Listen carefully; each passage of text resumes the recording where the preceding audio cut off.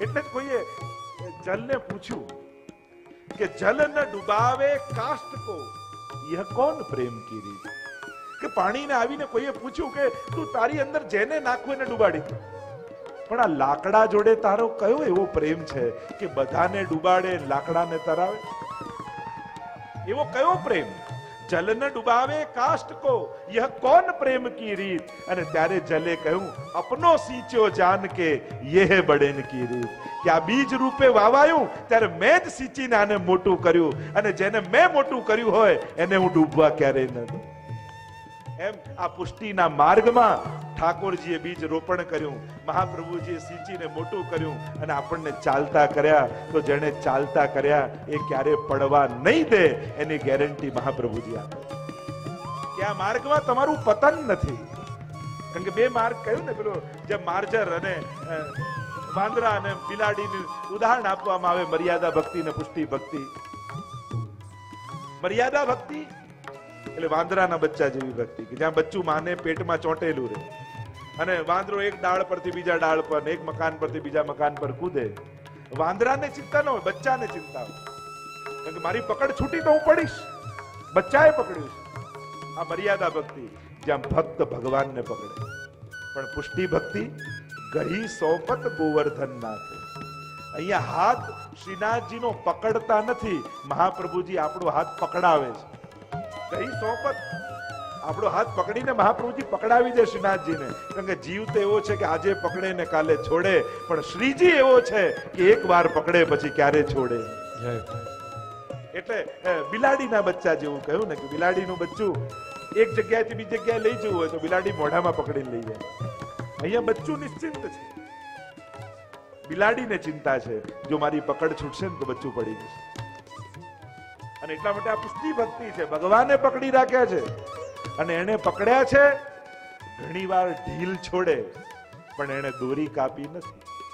તમને એમ લાગે કે હું તો ભૂલી ગયો, કાંઈ કરતો નથી, બધું હરિના એ વિનિર્મુક્તા તે મગ્ના ભવસાગરે, એ ડૂબી જાય ભગવાન છોડે. પણ ભગવાન દોરી કાપતા નથી, ઢીલ છોડે. પણ જ્યારે સમય થાય સાંજનો અને પતંગ ઉતારવાનો વારો આવે ને, એટલે દોરી ખેંચીને પાછો ધાબે આવી જાય.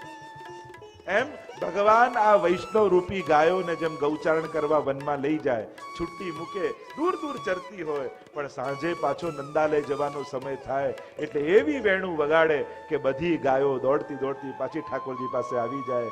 એમ આ વૈષ્ણવ રૂપી ગાયો કદાચ દૂર દૂર ભટકી ગઈ છે, પણ હરિરાય મહાપ્રભુજીએ શિક્ષાપત્રની એવી વેણું 7 દિવસ વગાડશે કે પાછી આ ગાયો દોડતી દોડતી આવી અને નંદાલયમાં પાછી વળી જવાની.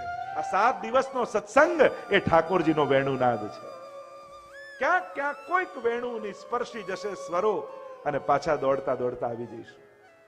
અને એટલા માટે આ પુષ્ટિ ભક્તિનો માર્ગ, અને એટલા માટે 4 બહિર્મુક્તાના કારણની જે ચર્ચા કરું છું, અસદાલાપ, અસદસંગ, અન્યાશ્રય, અસમર્પિત, અને વાત કરતા જે કહ્યું કે 24 કલાક ભગવાનનું નામ ન લઈ શકો તો એટલું તો કરો, જ્યારે પહેલો શબ્દ મોઢામાંથી નીકળે તો ભગવાનનું નામ નીકળે એવો સંકલ્પ લે.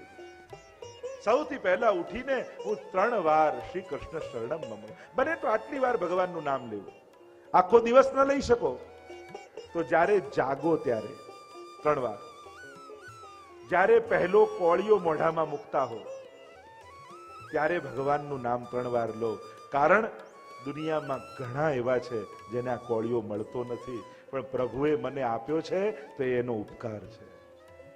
પોતાનું કાર્ય કરવા માટે ઘરથી બહાર નીકળો અને ઘરનો ઉંબરો ઓળંગો ત્યારે 3 વાર પ્રભુને યાદ કરીને કાર્ય કરવા જાઓ. કારણ પુરુષાર્થ તમે કરો છો, પણ પુરુષાર્થને સફળ ભગવાનની કૃપા કરે છે. ઘરે પાછા આવો દુકાનેથી ત્યારે 2 ઘડી ઉભા રહી ઉંબરા પાસે, કારણ કે ઘર પણ એક મંદિર છે. અહીંયા આપણા ઠાકોરજી બિરાજે છે, અહીંયા આપણા વૈષ્ણવ રહે છે. એમાં પ્રવેશ કરો, ભગવત નામ લો ને એટલે આખો દિવસ જે દુર્ભાવનાઓ મનમાં આવી હોય ને એ બધી નીકળી જાય. અને એક વૈષ્ણવ બનીને ઘરમાં પ્રવેશ કરો. એક વસ્તુ યાદ રાખજો, સંસારમાં મળેલા સન્માન, પદ, પ્રતિષ્ઠા, આ બધું ઘરમાં પ્રવેશો ને ત્યારે ચપ્પલની સાથે બહાર કાઢીને જ અંદર પ્રવેશો. ઘરમાં તો એક પિતા, પતિ, ભાઈ, બહેન એ બનીને જ જવું. જો સન્માન સંસારના મળેલા માથે રાખીને અંદર જશો ને તો ઘરનાય નહીં રહો ને બહારનાય નહીં રહો. અંદર તો એક સ્વજન બનીને જાઓ, સહજ બનીને જાઓ, સંબંધી બનીને જાઓ, વૈષ્ણવ બનીને જાઓ 3 વાર. અને છેલ્લે રાતના સુવા જાઓ ને ત્યારે 3 વાર અષ્ટાક્ષર બોલી અને પછી આંખો મીચી. કારણ કે કોણ જાણે કાલે આંખો ખુલે ન ખુલે. નિંદ્રાને પણ એક પ્રકારની મૃત્યુ કહી છે. હવે મૃત્યુના સમયે ભગવાન યાદ આવશે કે નહીં કોને ખબર. મંદિરમાં ઠાકોરજીની સામે બેઠા હોઈએ ને ત્યારે ભગવાન યાદ નથી આવતા. કેવું પડે છે કે પ્રભુમાં મન રાખો, પ્રભુમાં મન રાખો, પ્રભુમાં. હવેલીમાં ઠાકોરજી સામે હોય તોય ભગવાન યાદ નથી આવતા, તો છેલ્લી ઘડીએ હોસ્પિટલના ખાટલામાં હશો, ઓક્સિજનના બાટલા ચડતા હશે, સામે ડોક્ટર અને નર્સો ઊભી હશે, ત્યારે તમને ખાતરી ખરી કે તમને ભગવાન યાદ આવશે? નહીં ને.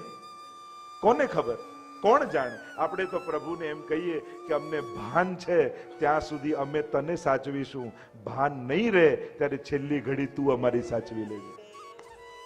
અને છેલ્લી ઘડીએ જ્યારે અમે પરવશ થઈ જઈએ, અમારા પર વશ નહીં રહે, ત્યારે હે ઠાકોરજી અંતિમ ઘડીને તું સાચવી લેજે. ત્યારે તું અમારી જીવવા પર આવીને બેસી જજે. અને જ્યારે કંઈક દર્દ પેદા થાય શરીરમાં ત્યારે હે હરી કરી તારું નામ અમારા મુખમાંથી નીકળે, એ ઘડીઓને તું સાચવ. શાસ્ત્ર એમ કહે છે અંતિમ ઘડી બહુ જ મહત્વની.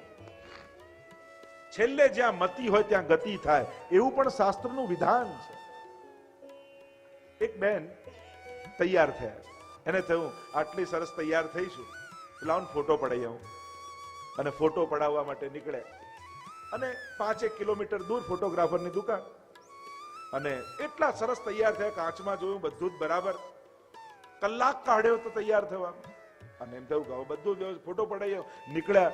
વચમાં બજાર આવ્યું, ધૂળ ઉડે, ટ્રાફિક, કામ, બધું અસ્તવ્યસ્ત થઈ ગયા. બધું તૈયાર થયેલું, મેકઅપ ઉતરી ગયો. ફોટો પડાવવા માટે ઉભા રહ્યા. ફોટો પાડીને પેલા ફોટો આપ્યો ને કહ્યું કે આવો ખરાબ ફોટો મેં જોઈ હતી, મને હું તો બરાબર હતી, એટલી સરસ તૈયાર થઈ હતી ને આવો ખરાબ ફોટો કેમ? પેલો કે બહેન તૈયાર થઈને નીકળો ત્યારનો નહીં, હમણાં જેવા હો ને એવો જ ફોટો આવે. એમ આખી જિંદગી ભલે તૈયારી કરી હોય પણ છેલ્લી ઘડીએ જેવું ચિત્ત હોય ને એવી જ ગતિ થાય. છેલ્લી ઘડીએ જ્યાં મતિ હોય ત્યાં જ ગતિ થાય, ભલે ને આખી જિંદગી સાધના કરી હોય. એટલે છેલ્લી ઘડી પ્રભુને કહીએ તું સાચવજે. તો નિંદ્રા પણ એક મૃત્યુ છે. અને એટલા માટે પ્રભુને યાદ કરીને સૂવું. કોણ જાણે કાલે આપણી આંખ ખુલે ન ખુલે. અંતિમ સમયમાં પ્રભુનું સ્મરણ કરતા કરતા નિંદ્રા. એટલે આમ 5 વાર બને તો પ્રભુને યાદ કરવા. આખો દિવસ પ્રભુનું નામ ન લઈ શકીએ. અમારા હરિરાય મહાપ્રભુજી કહે નિરુદ્ધ વચનો વાક્યમ આવશ્યકમ ઉદાહરણ. અને બોલવું જ પડે તો જરૂરત હોય એટલું બોલવું.